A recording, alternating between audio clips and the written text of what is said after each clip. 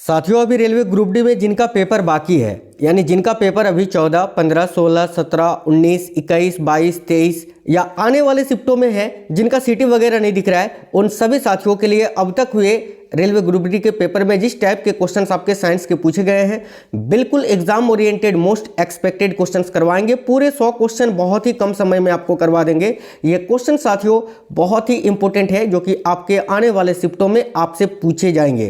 तो ये क्लास आज आपको कंप्लीट देख ही लेना है, क्योंकि ये बहुत ही मोस्ट एक्सपेक्टेड क्वेश्चन है, अति संभावित क्वेश्चन है आपके आने वाले शिफ्टों के लिए। ठीक है, तो चलिए बिना देरी किए हुए क्लास को शुरू करते हैं।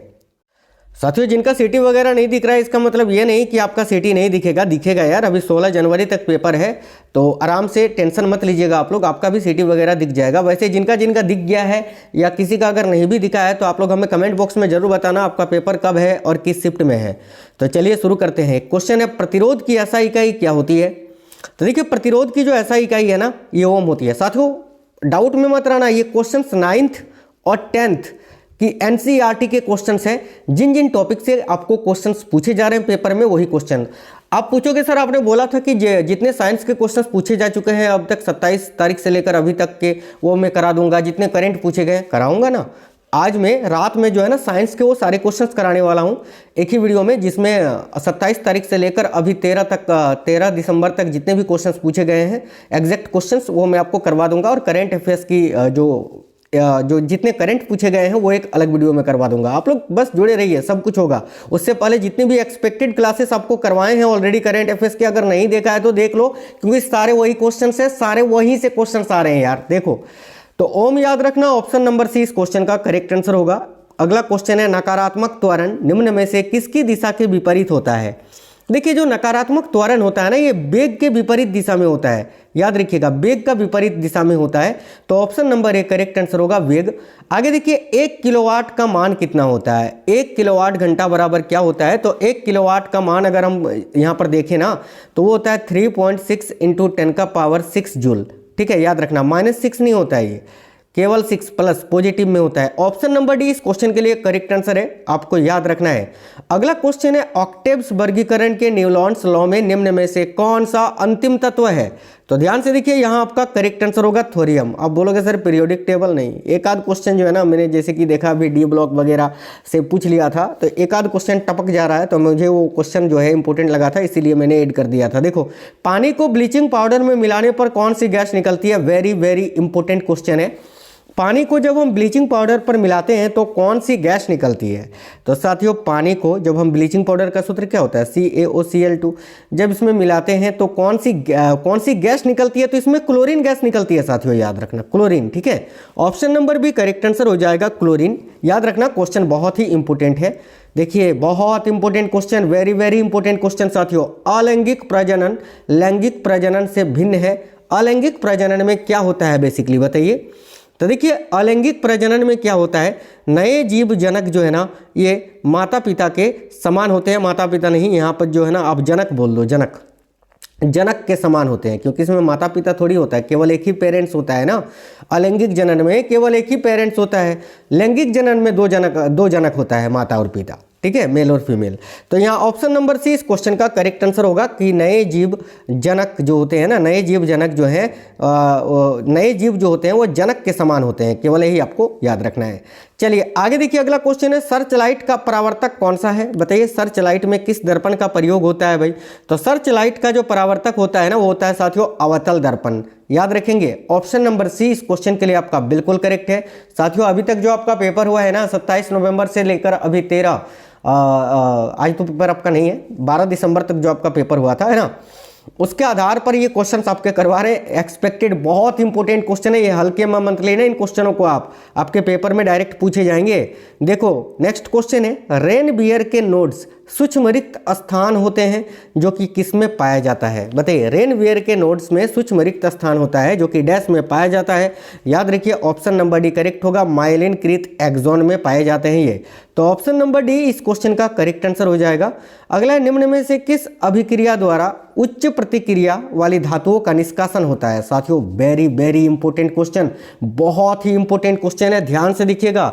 किस अभिक्रिया द्वारा उच्च उच्च प्रतिक्रियाशीलता या उच्च प्रतिक्रिया वाली धातुओं का निष्कासन होता है। उच्च प्रतिक्रिया वाली धातु कौन सी होती है? जैसे कि पोटेशियम होता है, सोडियम होता है, कैल्शियम होता है। तो इनका निष्कासन किससे होता है? इलेक्ट्रोलाइसिस यानी विद्युत अपघटन विधि के द्वारा। तो ऑप्शन नंबर सी इस क्वेश्चन के लिए आपका बिल्कुल करेक्ट आंसर हो जाएगा। आगे देखिए, बहुत इंपॉर्टेंट क्वेश्चन है। जब एक परिपथ में कोई प्रतिरोध श्रृंखला में जुड़े होते हैं तो करंट का मान क्या होता है? बताइए भाई, बताइएगा। ये क्वेश्चन मैंने आपको एग्जाम के पहले भी करवाए थे और एग्जाम में डायरेक्ट पूछे गए हैं यार। ये क्वेश्चन सेम टू सेम आपका पुट क्या है। देखो क्या आंसर होगा, एक ही रहता है। दो चीजें याद रखना है। मैंने एक्सपेक्टेड क्लासेस में भी करवाया था, एनालिसिस जो करवा रहे थे वहां पर भी मैंने बताया था कि देखो जब एक ही परिपथ में कई प्रतिरोध श्रृंखला यानी सीरीज में जुड़ा रहता है ना, तो उनमें जो करंट का मान होता है वो एक ही रहता है। और अगर यहाँ श्रृंखला ना देकर आपको पैरेलल में पूछे यानी समांतर क्रम में पूछे तो समानांतर में क्या होता है, वोल्टेज समान रहता है। ये आपको याद रखना है, ठीक है। आगे देखिए, बहुत इंपॉर्टेंट क्वेश्चन है। एक उत्तल दर्पण जिसकी फोकस लंबाई f है, इसको एक द्रव जिसका मान दिया हुआ है इक्वल टू 4/3 में डुबाया जाता है। तो द्रव में दर्पण की फोकस लंबाई क्या होगी? तो भाई फोकस लंबाई परिवर्तित नहीं होती है, फोकस लंबाई जितनी थी उतनी ही रहेगी। ऑप्शन नंबर बी f थी तो f ही रहेगी। ऑप्शन नंबर बी करेक्ट होगा। देखो, द्रव माध्यम में डुबाने से दर्पण के आकार या वक्रता त्रिज्या में कोई परिवर्तन नहीं होता, इसीलिए उत्तल दर्पण की फोकस दूरी द्रव में उतनी ही रहती है जितनी हवा में थी। चलिए नेक्स्ट देखिए, संवेग को किसके गुणनफल के रूप में व्यक्त किया जाता है? वेरी वेरी इंपॉर्टेंट क्वेश्चन है साथियों, ध्यान से देखिएगा, डबल स्टार मार्क कर लीजिए। तो संवेग को किसके गुणनफल के रूप में व्यक्त करते हैं? देखो संवेग बराबर क्या होता है साथियों? संवेग को P से हम संकेत करते हैं, P बराबर m/v, यानी द्रव्यमान गुना वेग। द्रव्यमान और वेग के ऑप्शन नंबर एक करेक्ट आंसर होगा। संवेग बराबर क्या होता है? द्रव्यमान गुना वेग ही तो होता है ना। यहाँ पर एक चीज याद रखना कि संवेग का जो ऐसा इकाई होता है ना, वो kg गुने मीटर पर सेकंड होता है, ठीक है। आगे देखिए, वे पौधे जिनमें पौधे के विभिन्न भाग उपस्थित नहीं होते वे किस समूह से संबंधित होते हैं? तो भाई वे पौधे जिनमें पौधे के विभिन्न भाग उपस्थित नहीं होते हैं वो किस समूह से? तो थैलोफाइटा समूह से संबंधित है साथियों।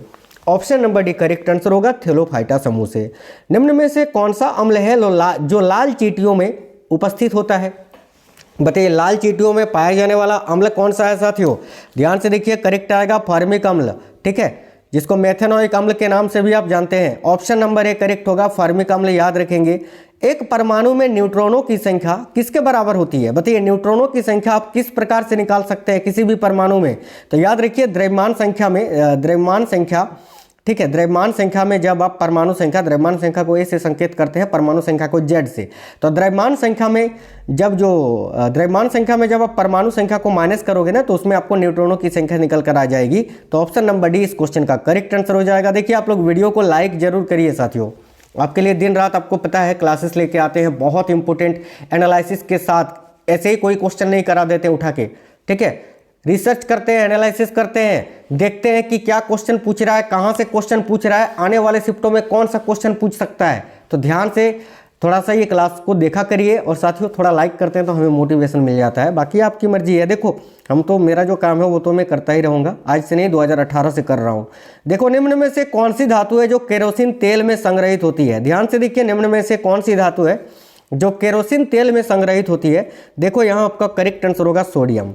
सोडियम को केरोसिन में डुबा के रखा जाता है ना, क्यों? क्योंकि ये वायु के संपर्क में आने से आग पकड़ लेती है। Option number B correct answer है। बहुत ही ज़्यादा जो है ना रिएक्टिव होती है, याद रखना, सोडियम, पोटेशियम, कैल्शियम, ये सब। बहुत इंपॉर्टेंट क्वेश्चन ये भी है कि 20 सेंटीमीटर की वक्रता के त्रिज्या वाले एक अवतल दर्पण की फोकस दूरी क्या होगी? तो फोकस दूरी बराबर क्या होता है साथियों? r/2। आर यानी वक्रता त्रिज्या का मान कितना दिया हुआ है? 20/2। इसको जब हम करेंगे तो 10 सेंटीमीटर ये फोकस दूरी आपका निकल के आ जाएगा। ऑप्शन नंबर सी करेक्ट है। आगे देखिए, बहुत इंपॉर्टेंट क्वेश्चन, 5 मीटर प्रति सेकंड की गति से गतिशील 22 kg वजन वाली वस्तु की गतिज ऊर्जा क्या होगी? गतिज ऊर्जा से कल भी क्वेश्चन पूछा था, डायरेक्ट आपका फॉर्मूला ही पूछ लिया था। तो याद रखना, गतिज ऊर्जा का सूत्र होता है 12mv²। और बस इसमें ये मान रख दीजिए, हाफ m का मान, द्रव्यमान का मान 22 kg दिया है तो 22 लिखेंगे। v² v यानी गति कितना है? 5 मीटर प्रति सेकंड, तो 5 का स्क्वायर होता है 25। इसको जब आप सॉल्व करेंगे तो 2 को 22 से काटेंगे 11, और 11 को जब हम 25 से गुना करेंगे तो 275 जूल आपका आंसर आ जाएगा। Option number A. आगे देखिए, यदि आप एक दर्पण में देखते हैं, ठीक है, और पाते हैं कि प्रतिबिंब आपसे छोटा है तो दर्पण किस प्रकार का है? भाई वस्तु से छोटा प्रतिबिंब कौन बनाता है? उत्तल दर्पण बनाता है। ऑप्शन नंबर बी उत्तल दर्पण करेक्ट आंसर हो जाएगा। आगे देखिए, एक कंडक्टर का प्रतिरोध किसके व्युत्क्रमानुपाती होता है? साथियों वेरी वेरी इंपॉर्टेंट क्वेश्चन है कि एक कंडक्टर का जो प्रतिरोध होता है ये किसके व्युत्क्रमानुपाती होता है? याद रखिए, अनुप्रस्थ भाग के क्षेत्रफल के। ऑप्शन नंबर ए करेक्ट है। नेक्स्ट है, थायरोक्सिन के संश्लेषण के लिए निम्न में से क्या आवश्यक है? याद रखिए, थायरोक्सिन के संश्लेषण के लिए आयोडीन आवश्यक होता है साथियों। ऑप्शन नंबर सी करेक्ट है, आयोडीन। आयोडीन अधातु होता है लेकिन ये धातु की तरह चमकता है। ये पॉइंट याद रखना, क्वेश्चन अब तक 3 से 4 बार ये रिपीट हो चुका है कि कौन सी अधातु है जो कि धातु की तरह चमकता है। तो याद रखना, आयोडीन इस क्वेश्चन का आपका आंसर हो जाएगा। ठीक है, और इस क्वेश्चन का भी आंसर आयोडीन होगा।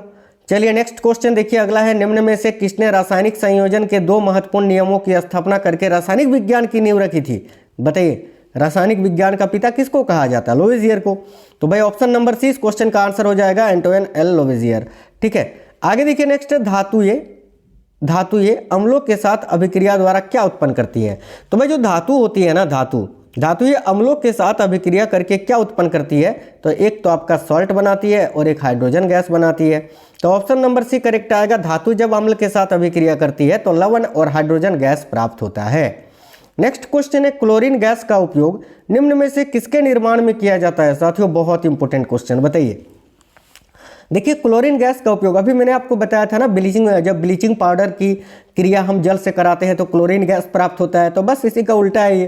क्लोरीन गैस का उपयोग इनमें से किसके निर्माण में किया जाता है? ब्लीचिंग पाउडर के निर्माण में किया जाता है। आगे देखिए, नेक्स्ट है, चलिए बहुत इंपॉर्टेंट क्वेश्चन है, 4 kg वजनी एक वस्तु स्थिर स्थिति में है, निरंतर बल लगाने पर वह 5 मीटर प्रति सेकंड की गति प्राप्त करती है। तो बल द्वारा किया गया कार्य क्या होगा? तो बताइए, लगाइए गतिज ऊर्जा का सूत्र, क्योंकि गति प्राप्त कर रहा है ना, तो mv², तो हाफ m का मान यहाँ 4 और v का स्क्वायर यानी 5 का स्क्वायर 25, इसको काटेंगे 2 बार और 25 दूनी 50 जूल। इस क्वेश्चन का आपका आंसर हो जाएगा। आगे देखिए, निम्न में से कौन बढ़ते भ्रूण के लिए पोषक उत्तक का कार्य करता है? तो साथियों बढ़ते भ्रूण के लिए पोषक उत्तक का कार्य करता है एंडोस्पर्म। याद रखेंगे, ऑप्शन नंबर डी करेक्ट होगा, एंडोस्पर्म। खाद्य पदार्थों में दुर्गंध आने का मुख्य कारण वसा और तेलों का क्या होता है? देखिए, खाद्य पदार्थों में जो दुर्गंध आता है ना, उसका कारण है साथियों ऑक्सीकरण। याद रखिए, खाद्य पदार्थों में दुर्गंध आने का मुख्य कारण है वसा और तेलों का ऑक्सीकरण। एक क्वेश्चन अभी 3-4 बार रिपीट हो चुका है आपके इसी पेपर में, ग्रुप डी के पेपर में अभी तक, कि चिप्स के थैलों में कौन सा गैस भरा होता है? साथियों नाइट्रोजन गैस भरा होता है। क्यों भरा होता है ये भी पूछ चुका है कि आखिर क्यों भरा होता है? क्योंकि जो पैकेट में जो भरा हुआ चिप्स वगैरह रहता है ना, उसको ऑक्सीकरण से बचाने के लिए। याद रखना, ये नाइट्रोजन गैस जो है ना, ये ऑक्सीकरण से बचाता है। और जब ऑक्सीकरण कोई भी खाद्य पदार्थ हो जाता है तो उससे दुर्गंध आने लगता है। Option number B correct answer होगा कि खाद्य पदार्थों में दुर्गंध आने का मुख्य कारण वसा और तेलों का ऑक्सीकरण है। आगे देखिए, निम्न में से कौन सा प्रकृति में कभी भी अकेला नहीं रहता है? तो बल। जब भी ये क्वेश्चन दिखे, आंख मूंद के बल लगा देना। न्यूटन के अनुसार बल जो है ना, प्रकृति में कभी भी अकेला नहीं होता है। याद रखना, ऑप्शन नंबर सी करेक्ट आएगा, बल, फोर्स। यदि क्रिप्टन की परमाणु संख्या 36 है तो उसका इलेक्ट्रॉनिक विन्यास क्या होगा? यार इलेक्ट्रॉनिक विन्यास तो पूछे ही जा रहे हैं। क्लोरीन का भी इलेक्ट्रॉनिक विन्यास अभी आपसे पूछा था कल या परसों, है ना। देखो, तो क्रिप्टन जो है ना साथियों, एक अक्रिय गैस है, निष्क्रिय गैस है। और आप सभी को पता है कि जैसे कि क्रिप्टन, जिनन, आर्गन, इन सभी के 72 कक्ष में यानी सबसे बाहरी कक्षा में 8 इलेक्ट्रॉन होता है। ठीक है, क्योंकि वो निष्क्रिय गैस है। तो 8 इलेक्ट्रॉन किसमें किसमें है? इसमें है, इसमें है। ये दोनों तो आंसर नहीं होगा, इसको पहले ही हटा दीजिए। या तो ऑप्शन नंबर ए होगा या तो ऑप्शन नंबर डी होगा। आप देखो, क्रिप्टन की परमाणु संख्या 36 है। अब देखो, पहली कक्षा में साथियों, पहली कक्षा, दूसरी कक्षा, तीसरी और चौथी कक्षा। ठीक है, पहली कक्षा में अधिकतम कितने इलेक्ट्रॉन रह सकते हैं? तो 2 इलेक्ट्रॉन। चलिए, इसमें भी 2 है, इसमें भी 2 है। दूसरी कक्षा में अधिकतम कितने इलेक्ट्रॉन रह सकते हैं? तो 8 इलेक्ट्रॉन। ठीक है, तो इसमें 18 है, इसमें 8 है, यानी ये गलत हो गया। यही आपका आंसर हो जाएगा, क्योंकि आपको पता है पहली कक्षा में अधिकतम 2 इलेक्ट्रॉन, दूसरी कक्षा में अधिकतम 8 इलेक्ट्रॉन, उसके बाद 18 और उसके बाद 72 कक्षा में पूरी होने के लिए देखो, इसका 36 है ना परमाणु संख्या, 2 और 8 10 और 18 28। 28 में क्या जोड़ेंगे कि 36 आएगा? 8। तो ऑप्शन नंबर ए इस क्वेश्चन का करेक्ट आंसर होगा।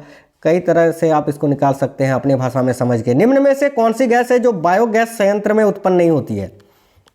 देखिए साथियों, बायोगैस संयंत्र में methane, hydrogen sulphide, carbon dioxide, ये सभी उत्पन्न होता है, लेकिन कार्बन मोनोऑक्साइड उत्पन्न नहीं होता है। Option number B correct answer हो जाएगा। आगे देखिए, यदि डैश शामिल हो तो एक और अधिक विविधता उत्पन्न हो जाएगी। बताइए इनमें से क्या शामिल हो तो एक तो साथियों और अधिक विविधता उत्पन्न होगी। करेक्ट है लैंगिक प्रजनन में।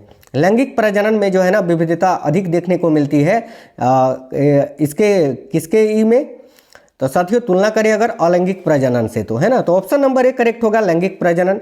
दांतों में सड़न शुरू हो जाता है जब पीएच मान किससे कम होता है। ये क्वेश्चन भी यार पूछ चुका है, हालांकि मैंने आपको ये पहले ही पढ़ा रखा था, एग्जाम शुरू हुआ था उससे 1-2 दिन पहले ही मैंने जो है ना ये क्वेश्चंस आपको करा दिए थे। और देखो ये क्वेश्चंस यार देखो साथियों, आप जैसे कि मैंने आपको बताया 2018 से आपको पढ़ा रहे हैं और आपको पढ़ाना वही है जो कि आपको पेपर में देखने को मिले। बिना मतलब का कोई भी चीज़ पढ़ा के क्या फ़ायदा जब जो वो क्वेश्चन आपको पेपर में देखने को ही नहीं मिले, जो एग्ज़ाम ओरिएंटेड ही ना हो।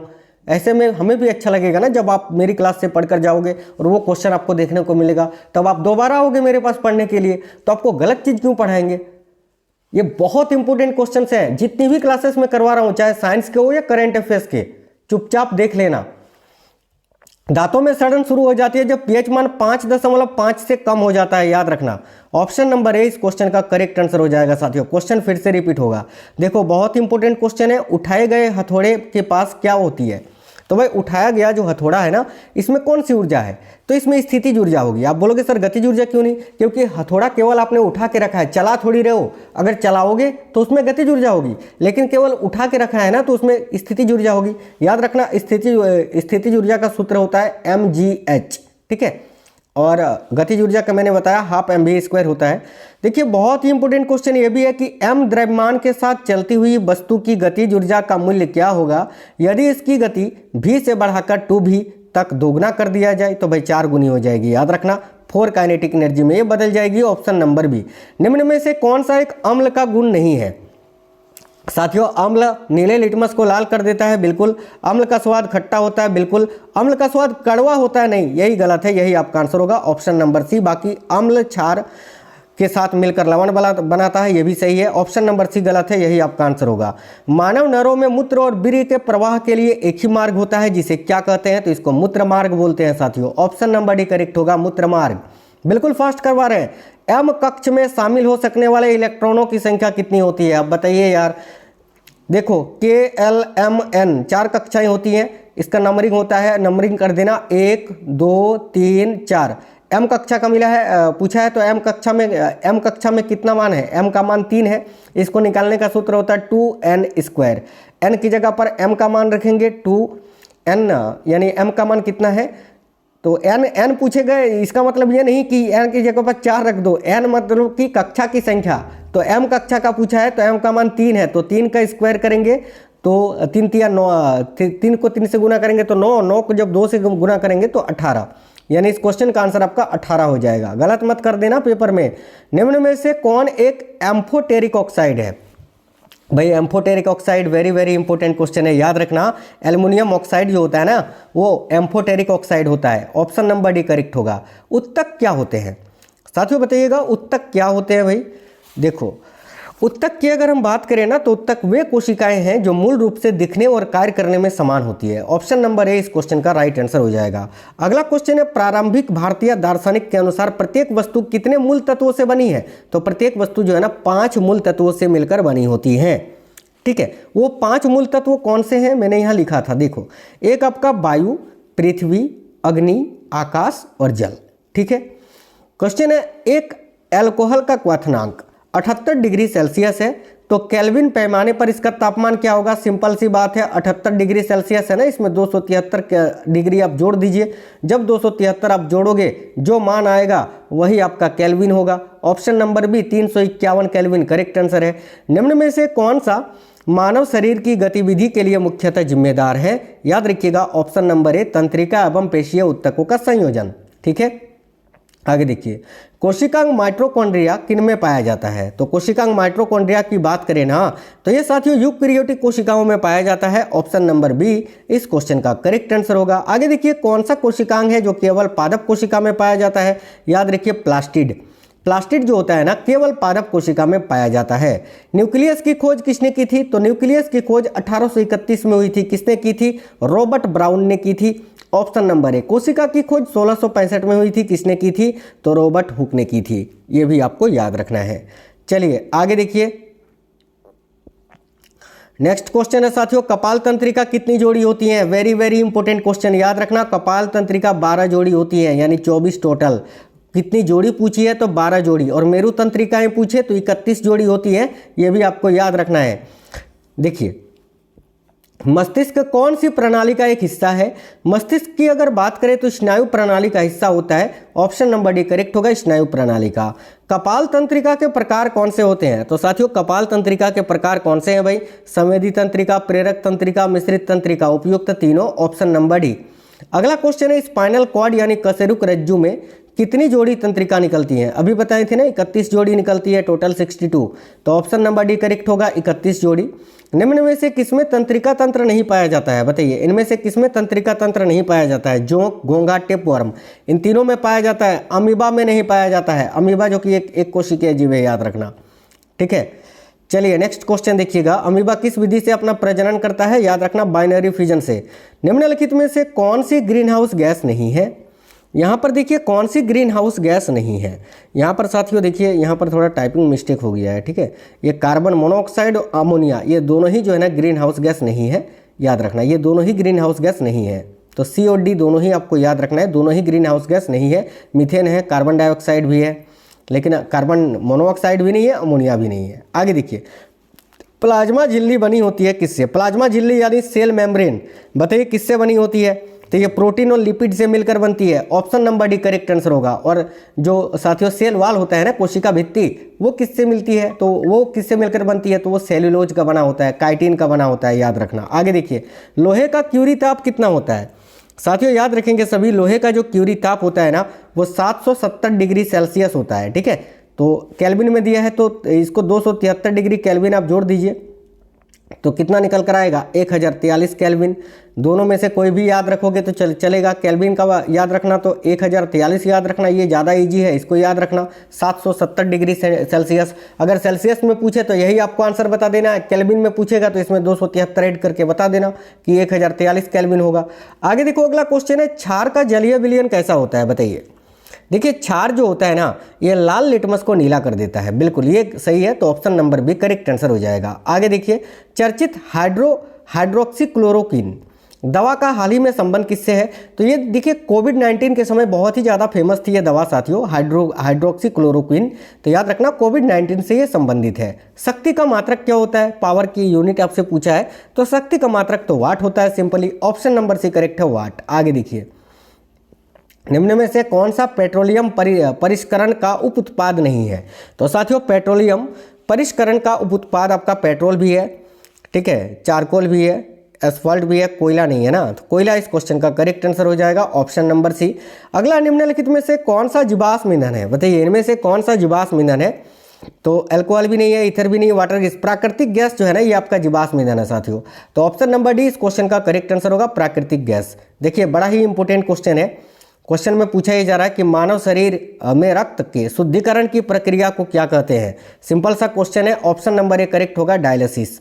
आगे देखिए, प्रकाश ऊर्जा के छोटे छोटे बंडलों या पैकेटों के रूप में गमन करता है, जिन्हें क्या कहते हैं? तो वह प्रकाश जो है ना, ऊर्जा के छोटे छोटे बंडलों या पैकेटों के रूप में गमन करता है, जिसको फोटोन कहते हैं साथियों। ऑप्शन नंबर बी राइट है, फोटोन। निम्नलिखित में से कौन सा आनुवांशिक अभियांत्रिकी यानी जेनेटिक इंजीनियरिंग का अनुप्रयोग नहीं है? तो आनुवांशिक अभियांत्रिकी के सबसे पहले देख लेते हैं कौन कौन सा प्रयोग है। तो रोग प्रतिरोधक है, वृद्धिवर्धन है, जंतु क्लोनिंग है, मानव क्लोनिंग इसमें नहीं है। तो ऑप्शन नंबर डी इस क्वेश्चन का राइट आंसर होगा। कोशिका सिद्धांत के अनुसार निम्न में से क्या गलत है?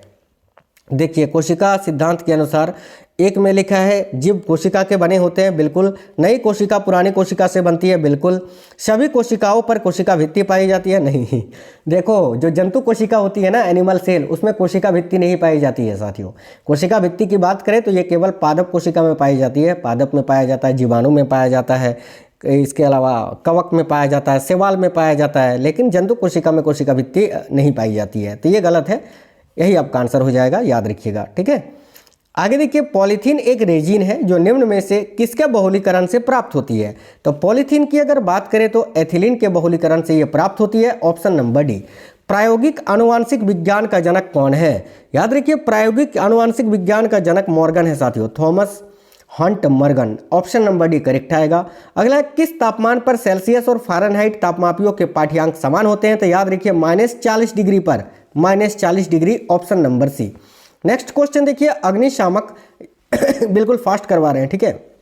अग्निशामक यंत्र बनाने में निम्न में से किस पदार्थ का प्रयोग किया जाता है? तो साथियों सोडियम हाइड्रोजन कार्बोनेट, जिसको आप सोडियम बाइकार्बोनेट बोलते हैं ना, इसका उपयोग साथियों अग्निशामक यंत्र बनाने में करते हैं, याद रखेंगे। नेक्स्ट, अम्ल व क्षार के विलयन विद्युत के साथ कैसे होते हैं? तो याद रखिए, अम्ल और क्षार दोनों की ही विलयन जो है विद्युत के सुचालक होते हैं, ऑप्शन नंबर बी करेक्ट आएगा।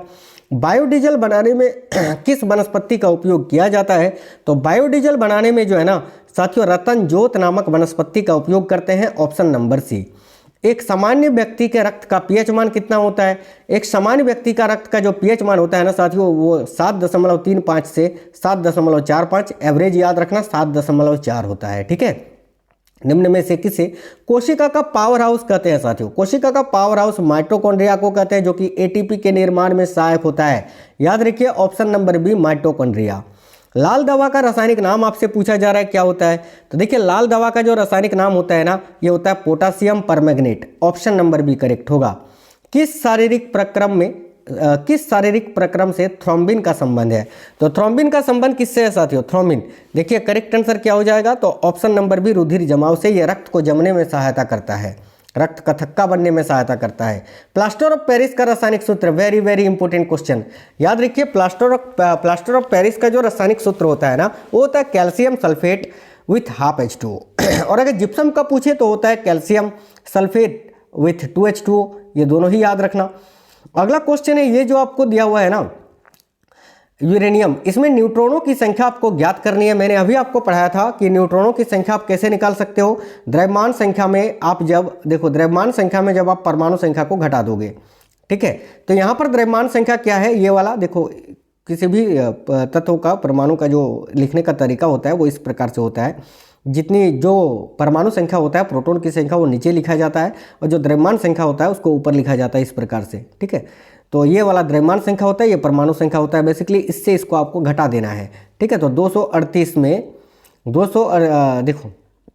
238 में जब आप 92 को घटाओगे तो 146 आपका निकल के आ जाएगा, यही आपका न्यूट्रॉनों की संख्या हो जाएगी। आगे देखिए, नेक्स्ट क्वेश्चन है, वायु में कौन सी ऊर्जा होती है? तो साथियों वायु में जो है ना, देखो गतिज ऊर्जा होती है। भाई वायु स्थिर रहती है क्या? वायु तो गति करता रहता है ना, तो गतिज ऊर्जा होगी, option number B correct answer है। पेरेनकाइमा किस प्रकार का उत्तक है? तो पेरेनकाइमा जो है ना एक सरल स्थायी उत्तक होता है, याद रखना, simple permanent tissue, option number B correct answer हो जाएगा। दो समतल दर्पणों के बीच रखी वस्तु के कितने प्रतिबिंब होंगे? भाई अनंत, जिसको आप गिन नहीं सकते हैं। अगला है, किस संघ के जंतुओं के शरीर पर छिद्र पाए जाते हैं? तो देखिए करेक्ट आएगा, पोरीफेरा संघ के जो जंतु होते हैं ना, उनके शरीर पर छिद्र पाया जाता है, ऑप्शन नंबर डी करेक्ट होगा। निम्न में से किस जीव में रक्त नहीं होता है किंतु वो सांस लेता है? भाई याद रखना हाइड्रा में, ऑप्शन नंबर ए हाइड्रा। अगला क्वेश्चन है, ऐसा उपकरण जो रासायनिक ऊर्जा को विद्युत ऊर्जा में बदल दे? तो देखिए ऐसा उपकरण जो रासायनिक ऊर्जा को विद्युत ऊर्जा में बदल दे वो है battery, option number A battery. कोशिका का जीवित अंश क्या कहलाता है? तो कोशिका का जो जीवित अंश है ना, ये जीव द्रव्य कहलाता है, जिसको आप अंग्रेजी में बोलते हैं प्रोटोप्लाज्म। एक क्वेश्चन पूछा जाता है कि प्रोटोप्लाज्म शब्द को किसने दिया था? याद रखना पुरकिंजे साहब ने दिया था 1839 में, ठीक है। नेक्स्ट है, जीव द्रव्य जो है प्रोटोप्लाज्म, ये किनसे मिलकर बना होता है? याद रखिए जीव द्रव्य जो होता है ना, ये कोशिका द्रव्य, केंद्रक द्रव्य और अन्य कोशिकांग, इन सभी से मिलकर बना होता है, ऑप्शन नंबर डी। एक कोशिकीय जीव का उदाहरण कौन सा है? देखिए अमीबा, यूग्लिना, पैरामीशियम, ये सभी जो है ना एक कोशिकीय जीव का उदाहरण है साथियों, ऑप्शन नंबर डी उपयुक्त तीनों। सबसे छोटी कोशिका जो होती है ना माइकोप्लाज्मा, इसका साइज आपसे पूछा जा रहा है क्या होता है? तो देखो सबसे छोटी कोशिका माइकोप्लाज्मा का साइज जो होता है ना 0.3 माइक्रोमीटर होता है, यानी ऑप्शन नंबर ए इस क्वेश्चन का करेक्ट आंसर हो जाएगा। बहुत ही अच्छा क्वेश्चन है, अंतःप्रद्रव्य जालिका की खोज किसने की थी? तो साथियों अंतःप्रद्रव्य जालिका दो प्रकार के होता है, एक होता है रफ एंडोप्लाज्मिक रेटिकुलम, एक होता है स्मूथ एंडोप्लाज्मिक रेटिकुलम, और इसकी खोज की थी याद रखना के आर पोर्टर ने। अगर पूछे कब की थी तो 1945 में, याद रखेंगे। आगे देखिए, कोशिका की क्रियात्मक गतिविधियों को कौन नियंत्रित करता है? याद रखेंगे साथियों, केंद्रक, न्यूक्लियस, है ना। आगे देखिए, नेक्स्ट क्वेश्चन है आपका, मुख गुहा किसका एक भाग है? तो मुख गुहा की बात करें तो ये आहार नाल का ही एक भाग है, ऑप्शन नंबर सी आहार नाल। अगला, मनुष्य के दांत कितने प्रकार के होते हैं? तो मनुष्य का दांत जो होता है ना साथियों, याद रखना, मनुष्य के दांत कुल 4 प्रकार के होते हैं। 4 प्रकार के कौन कौन से होते हैं? एक आपका होता है साथियों कृतंक, रदनक, अर्धचवर्णक और चवर्णक, याद रखेंगे। दांत से संबंधित कौन सा कथन सही है? ऑप्शन नंबर ए में है, मनुष्य में स्थायी दांतों की संख्या 32 है, बिल्कुल। कृतंक और रदनक दांत क्रमशः 8 और 4 होते हैं, बिल्कुल। अग्रचवर्णक और चवर्णक 8 और 12 होते हैं, बिल्कुल। उपयुक्त तीनों सही हैं साथियों। मानव दंत सूत्र बताइए, मैं आपको कई बार बता चुका हूं कि साथियों निचले जबड़े और ऊपरी जबड़े में टोटल यहाँ पर 16 और यहाँ पर 16, टोटल 32 दांत होता है। इसको जब काटोगे तो यहाँ पर 8, यहाँ पर 8, यहाँ पर 8 और यहाँ पर 8 दांत होता है। यहाँ पर जो 8 दांत होगा वो यहाँ पर भी होगा, यहाँ पर भी होगा, यहाँ पर भी होगा, ठीक है।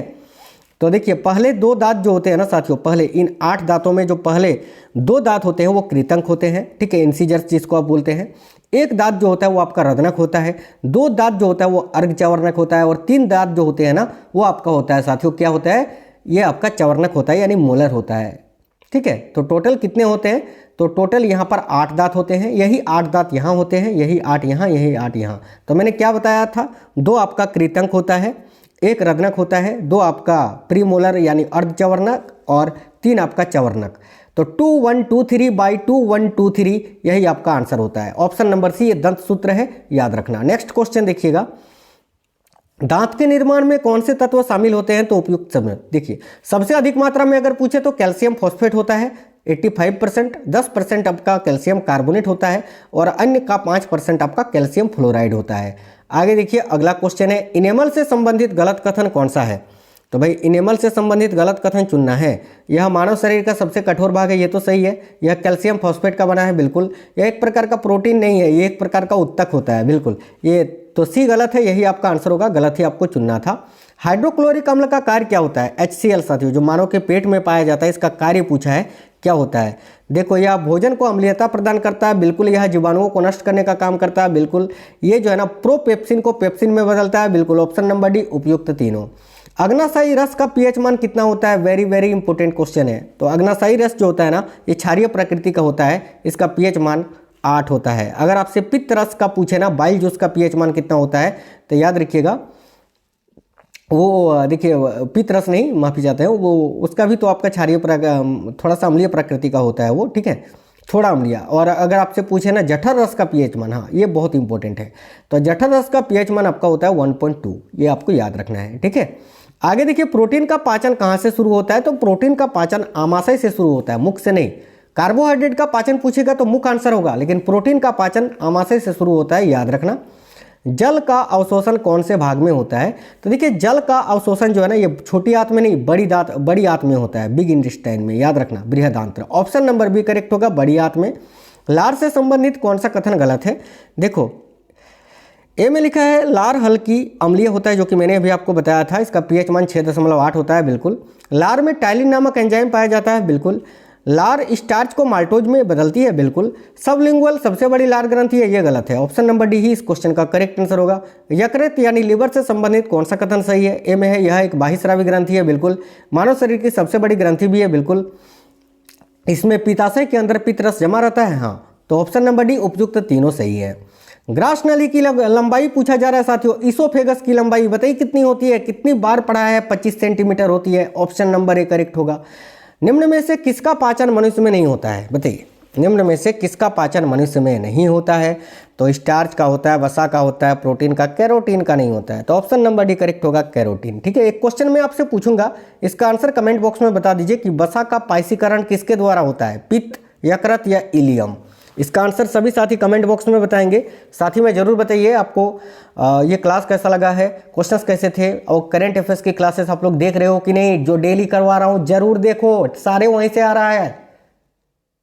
डेली क्लासेस करवा रहे करंट अफेयर्स के 100 क्वेश्चन के एक्सपेक्टेड। वो अगर नहीं देख रहे हो तो फिर क्या कर सकते हैं साथियों, बताइए और क्या करें आपके लिए? वीडियो को लाइक करिएगा, दोस्तों को शेयर करना और वीडियो देखिए, अगर कोई भी साथी नए हैं चैनल को सब्सक्राइब करके बेल आइकन को ऑन कर लीजिएगा। रात में मैं आपको आज साइंस के सारे पूछे गए क्वेश्चंस डाल दूंगा, जरूर देख लेना। मिलते हैं नेक्स्ट वीडियो में। जय हिंद, वंदे मातरम।